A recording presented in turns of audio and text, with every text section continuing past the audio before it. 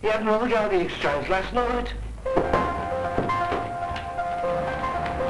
Earlier on breakfast, she acknowledged concerns voiced by the former Labour leader Neil Kinnock, but she said she believed there was enough in the white paper to reassure backbenchers.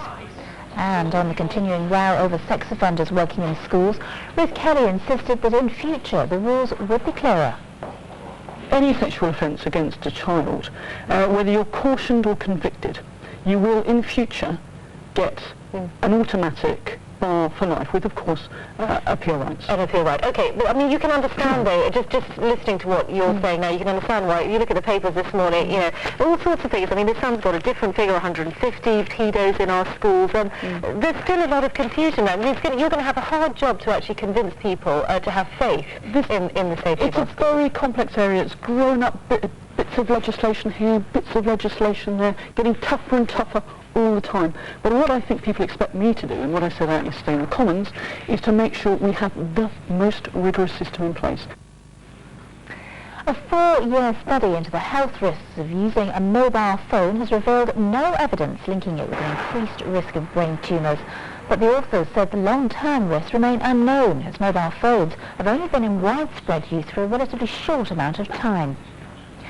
A special team created to investigate unsolved murders from the Troubles in Northern Ireland is officially starting work.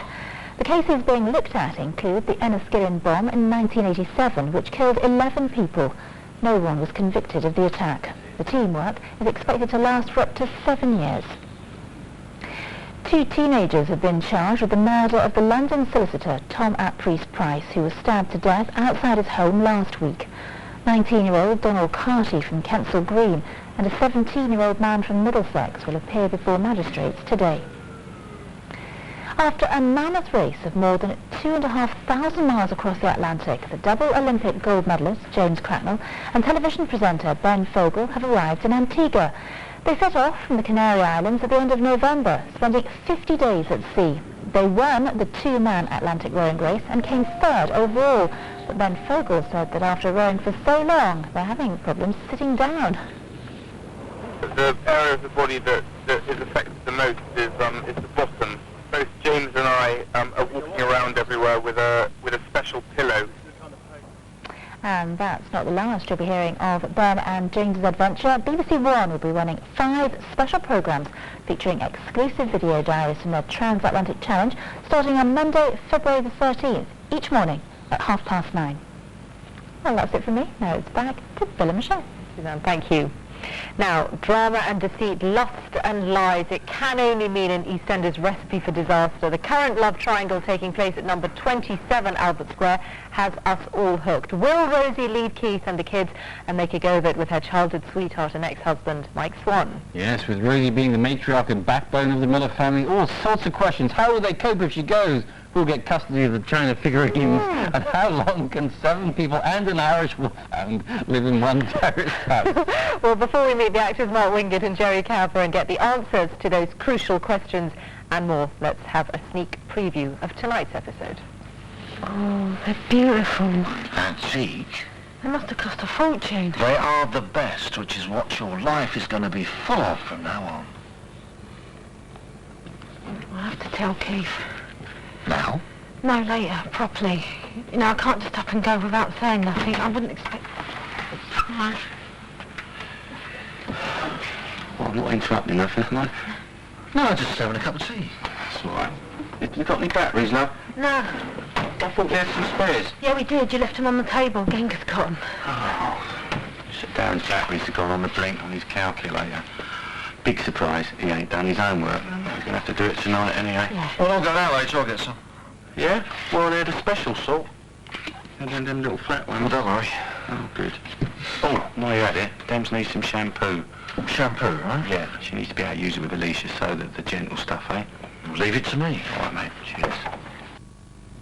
And the actors Mark Wingett and Jerry Cowper are here with us this morning. Welcome. And it's all happening in the lives of your characters, of course. For anyone who's not familiar with 27 Albert Square, just take us through, well, actually, you've caused quite a stir by coming back into Rosie's life. I have. I actually turned up unexpectedly on Christmas Day because my mum is ill in hospital. Because he lives overseas. Mike lives overseas, a bit of entrepreneur in Spain or France or wherever. And he just turns up on Christmas Day. And the charity of the family Like a invites fool, him in. she lets you She in. does, she does. It's more to do with his mother at that point, because Rosie was very fond of Nora when she was younger, and so it's more to do with... She feels sorry for Mike. She had a bond with Nora Right. that kind of is rekindled initially, and it's about, you know, making sure Nora's okay. But then, how mad is Keith to let it happen? Your husband. I mean, your current TV husband, supposed to. We're actually not married. We're actually not Current married. partner. Keith and Current Rosie partner. aren't married, which is kind of a different issue. But he is the man in your life, Yeah, he's and the man in her effectively life. you let in the previous man in your life to live under your roof. But it's actually Keith's suggestion that, you know, we should be charitable, and initially it's Keith that says, you know, come on. I'm getting a we headache. should I'm getting a headache go. just thinking about it. Let alone acting it. Even more difficult for you. And how do you fit all those people into one room? Actually, We've had quite more, small, isn't it? yeah, we've had more in there. You know, this is a kind of a light load at the moment, yeah. Yeah. Well, look, we've got several clips of the programme, but let's just take a look at the first one, because this tells us a bit more about Keith. Can I ask you something? Hey, go on, fire away. Well, do you ever wonder where we'll be in, say, I don't know, 5 years' time? No? Because then we'll be old enough to live on our own, and she'll take Alicia with her, and it'll be just us. Look, there's something wrong there. No, I was just wondering, that's all. Right, and it's beginning to get a bit like the third degree round here today. Well, don't you ever think about stuff like this? Well, not much point, is there? Make you wonder all you like. All I know is there's you, me, the kids, the dog, and, well, that's it, isn't it? That's right. Yeah, but things change. Yeah, but not for a while, eh? So eat up, should we get going? Why?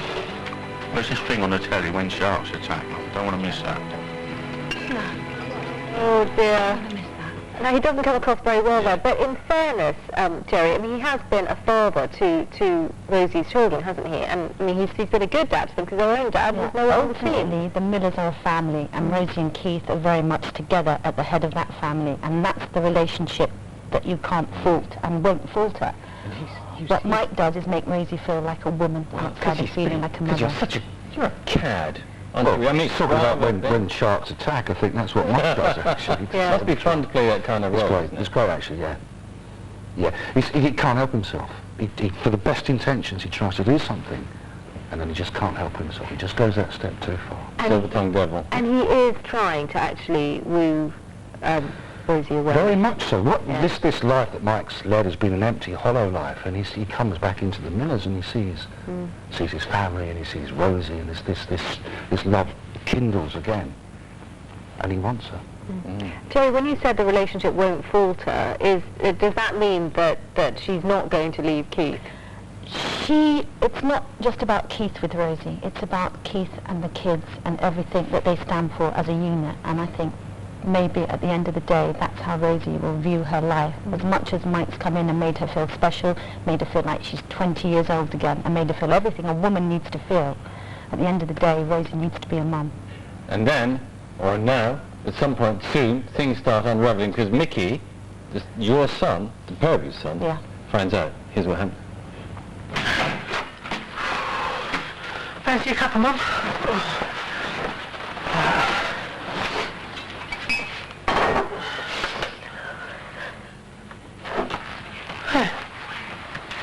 You alright, Mum? Yeah. Oh, what's the matter? Nothing. What's that? Oh, it's just something. What's going on here, Mum? Nothing's going on. You're not running and looking, are you? No.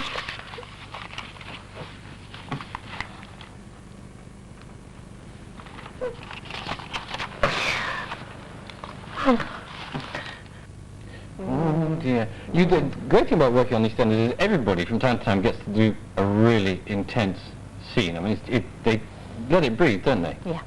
That must be fun. Well, it's fun, and it's also nice that you all take turns in coming up to a real big storyline and then kind of letting someone else take on and take their storyline over. So it's nice because you never know quite what you're going to get, and you never know where it's going to go. So And do you have it? I mean, obviously, the EastEnders writers are, fantastic, talented bunch of people. But can you ever sort of suggest things like, how about if she did this next? Or do you just get the script and that's the way it is? Well, on the floor, what you see is the script we've got, but you maybe be able to come up with something that you feel your character would react to or would evolve into. I mean, like the idea of Rosie having an ex-husband and stuff like that. I mean, there was a lot of input with me and producers saying, well, you know, yeah, that's what made her what she is. The problem for you is that you've just arrived and you want to whisk her off her feet, which means that she won't have a job. Oh, but he finds a job. Oh, but He finds a job. Well, no, are we giving anything away? No. He's been offered one, hasn't he, already? He's the manager of Scarlett's Yeah, now. he got a job But last if night. so you'd stay, if you went with him, you'd stay in the square.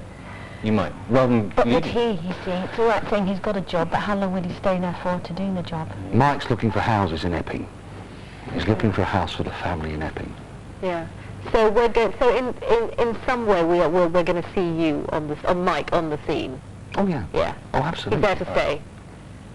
I mean. You'll have to look. If we're not confused, we're intrigued. Yeah, we are, definitely. Thank you. All right, thank you very much. Thanks to you both. We'll have another intricate plot line from EastEnders on the programme very soon, I'm sure. Now then, let's join Louise for a last look at this morning's weather. Good morning. We've had a great day here this morning in Slimbridge, and I'm pleased to say that the sunshine is out. It's absolutely fabulous behind me. We've got the mute swans behind me. They've been behaving themselves. We've been breakfasting with them all morning. Come on down here if you fancy a trip. There is a great day on the 11th and 12th of February, open for all the family. It's a great day out, but generally it's open to the public all year round. Now, weather-wise, I'm pleased to say that what we've got here is pretty much the story across the country. It's going to be a sunny day, but a fresher day. There'll be one or two showers to the north and west, and sunny is wintry in nature, but the weekend looks very promising. Finally, we get some decent sunshine in January 2006. So the weekend, Saturday, plenty of sunshine coming through. Again, a little bit cooler and fresher. And I think the only difference is on Sunday, there'll be a little more in the way of cloud around. Enjoy it. I'm off to have what some of the birds have been having. It's breakfast time. Bye-bye. Louise, thanks. Now, before we go with Dixon Stuffing selling big drum televisions, we've been asking you this morning whether you are still attached to an old-style television. It seems lots of you are. Yes, Sue from York's gone on better. She sent in this picture of her old telly. That's fantastic. That's breakfast on the screen. From early this morning, Sue says she's going to keep the old black and white until it dies. Or maybe she'll die first, who knows? Until the analog signal is switched off. She says she likes the cheaper license fee. That's amazing. Just They're we still getting enough could for the wear years. the same clothes every day and, you know, get away with it. That's it from us. We're back tomorrow bright and early at 6 o'clock. Do join us on BBC One. We're going to leave you with some pretty pictures from Slimbridge. Bye-bye.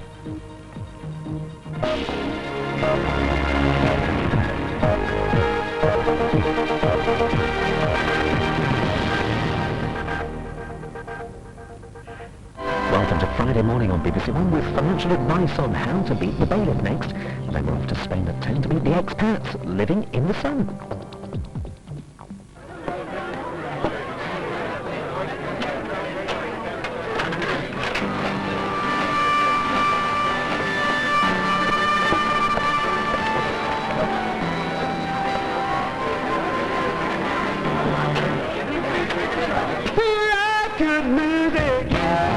Make things better the easy way with BBC Eye. Just press red for your usual CFAX numbers.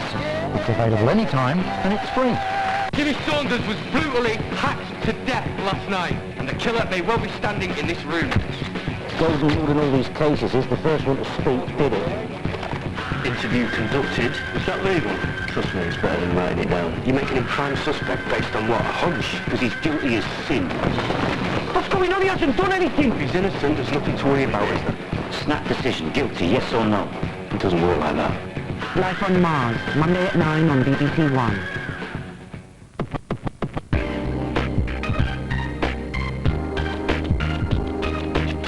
Beat the bailiff now on BBC One with Lord Spicer. Single parents and debt. It seems nowadays you can't have one without the other. Although there are more working single parents, almost half are in debt. So if you bring up the kids on your own and you can't balance the books, trouble could be just around the corner. Today